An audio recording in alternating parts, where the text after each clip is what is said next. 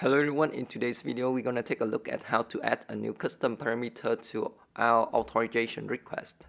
As far as we know, the default string auto configuration supports us only mandatory parameters like response type, client ID, scope, state, redirect URI for like the standard authorization code flow.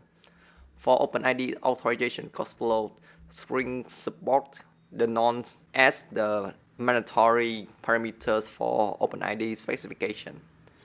And with Pixie, string also have to support the two code challenge and code challenge method here in the authorization request because they are the mandatory parameters as well.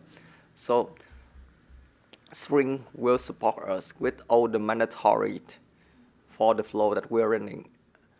But like it's tough, and especially when we work with the in-house authorization server, most of the time default parameters are not enough.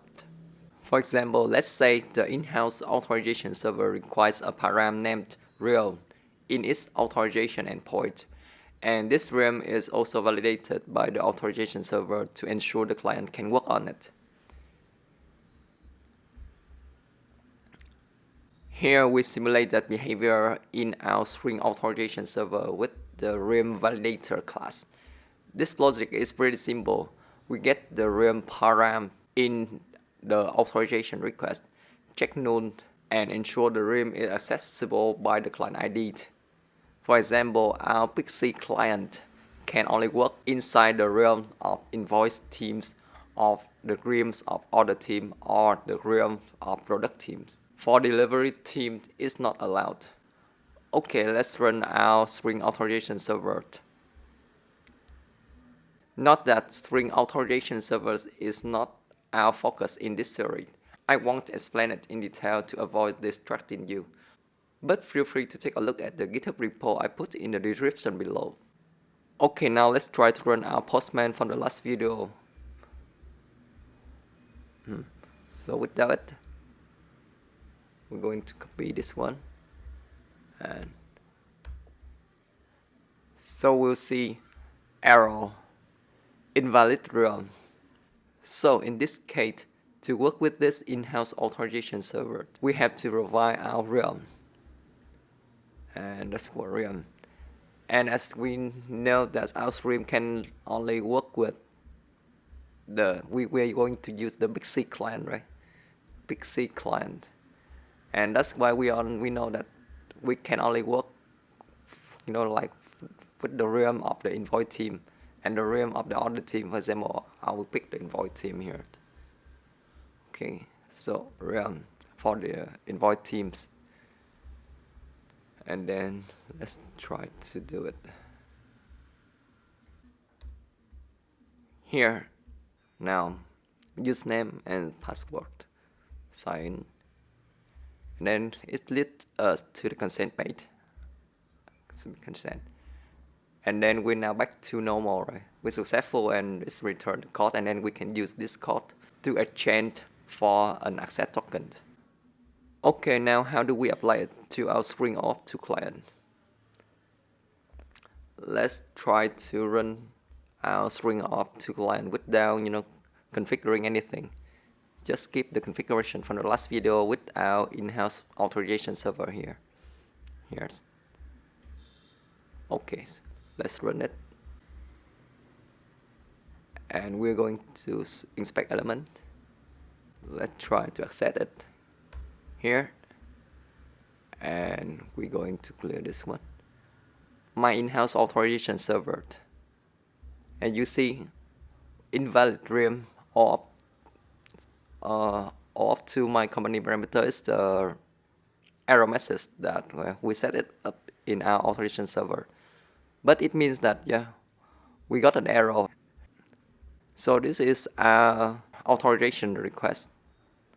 And if we take a look at the payload, here we see we have the response type, client ID, scope, state, redirect URI, nonce, code challenge, and code challenge method without having the realm, right? So that's why we receive an error here. And then we have to provide this realm to make it work again. So how do we do that? So far, the properties file here, application.yaml, is enough, right? We don't have to do anything. Right? This is our application class, and this is our hello controller. We don't do any setting or any configuration here in our class. We only use the application.yaml so far, and it's enough so far, but this time we need a configuration class. The thing is that we don't want to override the default auto configuration. We'd like to keep it as it is and develop things onto it. So first off, we need to make sure that we don't accidentally override the default auto configuration. So we have to find the auto configured filter chain in the auto configuration class. Here's the auto configuration class is the OAuth2 client auto configuration. OAuth2 client auto configuration. And if we take a look at the OAuth2 web security configuration, here we're going to see the default filter chain configured for us if you don't specify any beans of security filter chains. And we want to copy this filter chains. And let's copy it. And I'm going to create a configuration class. I will call it OAuth2 configuration. Since it's a configuration class.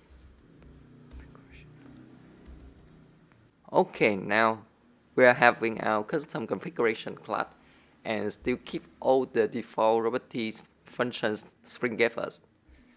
From now on, we can develop on this class and we can take control of the changes. So let's go ahead and provide an authorization request customizer. This is where we're gonna provide our realm parameter. Authorization request customizer.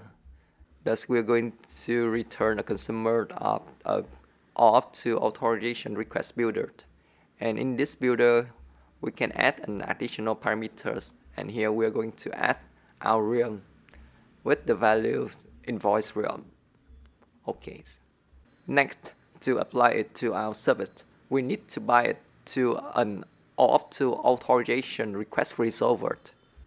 And we will need an OAuth2 authorization request resolver. But in order to initialize it, we need to know how it is initialized by default, so we don't lose any functionality again, like we did with the security filter chain. We have to know the default, the reconfigured authorization request resolver that Spring provides us. So let's take a look at the OAuth2 authorization request redirect filter. Here. So this class, OAuth2 authorization request redirect filters, and in here we're going to see that this filter is going to use our OAuth2 authorization request resolver, right? And this is the place that is going to, initialize the default, the authorization request resolver by using a new constructor on the default authorization request resolver. And then we would like to, keep the old functionality, right? Then we are going to copy it as well. For client registration repository, we can move it to the method parameters, and then we provide it later. So let's say client registration repository. How about the authorization request based URI? So let's see, authorization request based URI. This one from this constructor, and we're using this one. Okay, we're using the default authorization request based URI here, and then we're going to copy this one, paste it. Okay, and authorization request resolver. Then we're going to return this one as well. And in between, let's set the authorization request customizer. And then we're going to pass our customizer here. Okay, that's it. Now we already binded our customizer to our request customizer to the request resolver. And then it's time to bind the request resolver to our security filter chain here.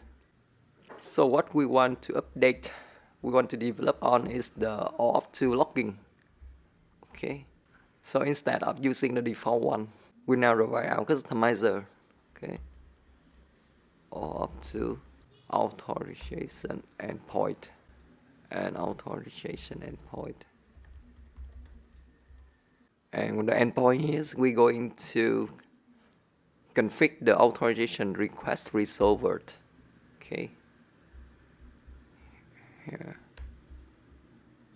Request resolver, and here this is we put our request resolver here.